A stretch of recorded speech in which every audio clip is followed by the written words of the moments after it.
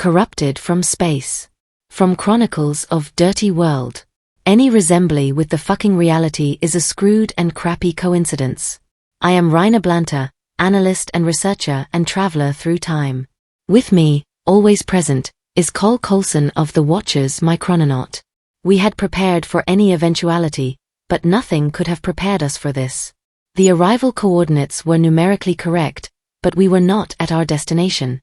We returned to our time of origin, year 2345, with the data we had collected on the causes of the 21st century cataclysm. We had fulfilled our mission with an acceptable degree of success, but what we found upon our return was not what we expected. The world we knew had changed radically. A gust of dirty hot air enveloped us, and the intense lights of a colossal city illuminated us in different colors and in ways so intense that they turned night into day. Because it was night. The chronometer matches. But we were supposed to arrive in the morning, but it's not dawn yet. Col said with intrigued bewilderment. There was no silence, all was electrical hums, pulses of various pumps and whistles of air pressure or steam. I looked at Col, his eyes reflected my confusion. This isn't right, Rainer, he murmured, adjusting his analysis systems. We walked through deserted streets, while dull cameras the size of a shoebox rotated following our movement under the artificial lights.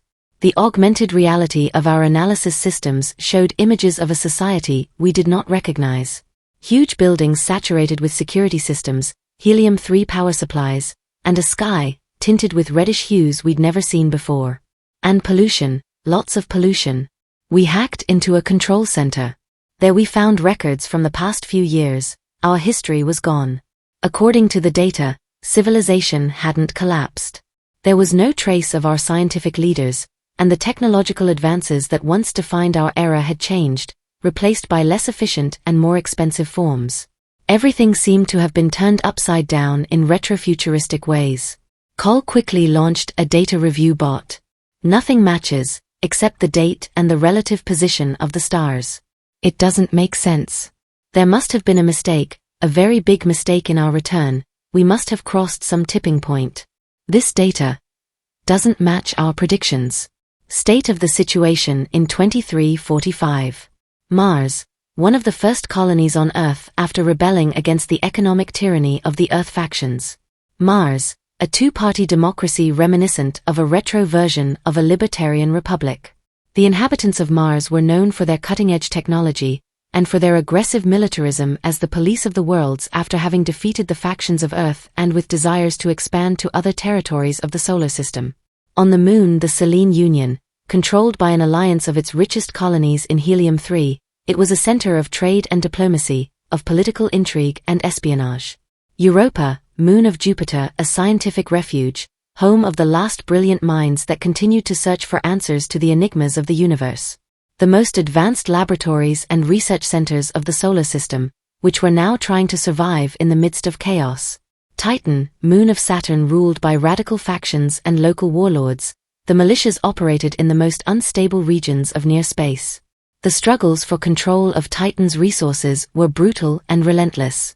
Asteroid belt, an anarchic territory, reminiscent of the most conflictive and forgotten areas, where law and order were ephemeral concepts and illegal trade flourished.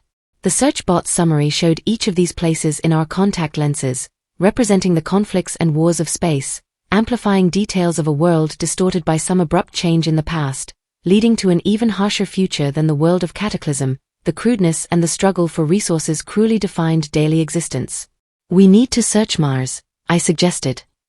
That's where we can probably get the most complete information and verify how they got into this situation. Col nodded.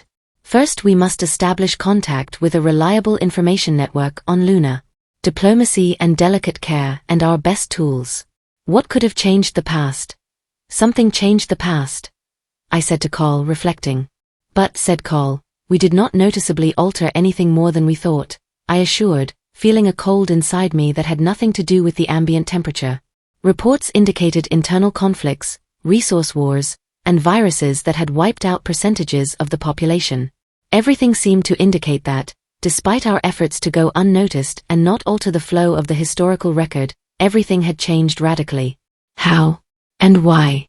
And this is where I start to miss mental, I said to Col. Mental, the artificial intelligence of our Scilus Hills that had survived the cataclysm of the 21st century with a few solar panels and the assistance of old humanoid bots for general tasks.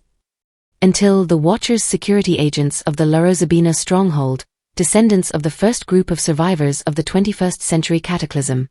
But in this world, mental was not on their radio frequency. Or any other. We must find someone who can bring us up to date from a human point of view, I said, taking a deep breath to calm my racing mind. Our steps took us to a part of the city that used to be a technical center. Now, it was a huge megalopolis. Every corner showed us a world that had changed completely. We began to hear the sound of sirens in crescendo. That noise gives me the creeps, Carl said. It's like the one in the old police movies. We better walk. And we headed down the empty, dirty street, between heavy vehicles parked haphazardly, and went towards what must be the outskirts of our Scilus Hills, in the hope of understanding what actions in the past had triggered such a dark change. As we advanced along that street, the shadows of the heavy skyscrapers rose like indifferent giants. The facades of the buildings, a mix of corroded metal and intense, flickering neon, gave the city an air of abandonment and decay. Scilus Hills. Our city is unrecognizable, I said in a whisper, more to myself than to Colonel.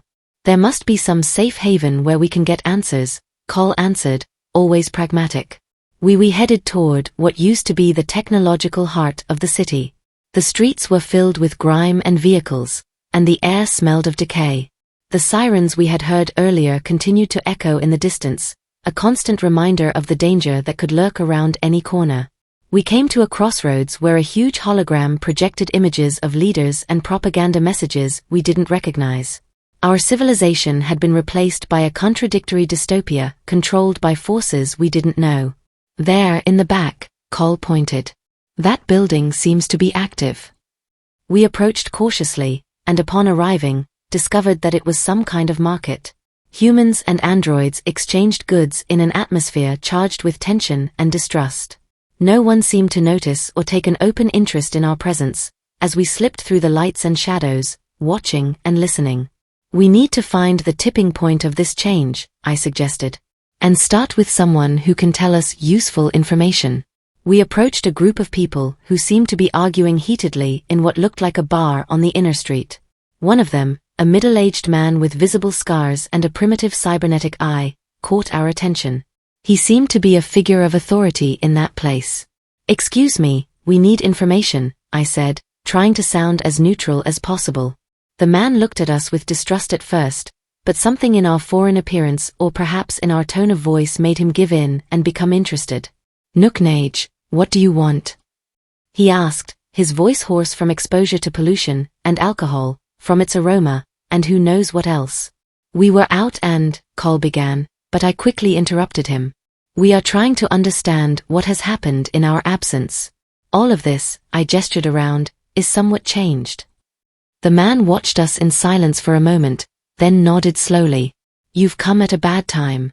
War used to be good business, but the government limited resources, and factions have collapsed the economy. Bad for work. Bad for trade. What happened to those who directed technological developments? I asked. They're working in prison or in clandestine businesses, or they escaped and joined one of the most powerful factions, for the highest bidder, or to save their skins. And by the way, who are you? I'm Coulson, Col Coulson, and this is Blanta. Reiner. We work in archaeological research, I lied, interrupting Col again. My name is Zephyr Costa, I manage this place and other businesses. And I can get you whatever you need at an honest, fair, and reasonable price. Honest, yes, of course. I thought. I considered that behind his soft and kind manners there was a cold and calculating mind of a skilled negotiator who studied us in search of his own benefit. It was true, but he gave us an address. After asking us to evaluate some old bracelets with mechanical chronometers, we used our devices integrated into the simulated skin suits that covered our real skin, and the necessary data appeared in our contact lenses, without anyone noticing. And we were able to tell him that they were luxurious wristwatches from the mid-20th century. We did not know their commercial value, but they had gold and rubies, which sparked a huge smile in Zephyr's eyes.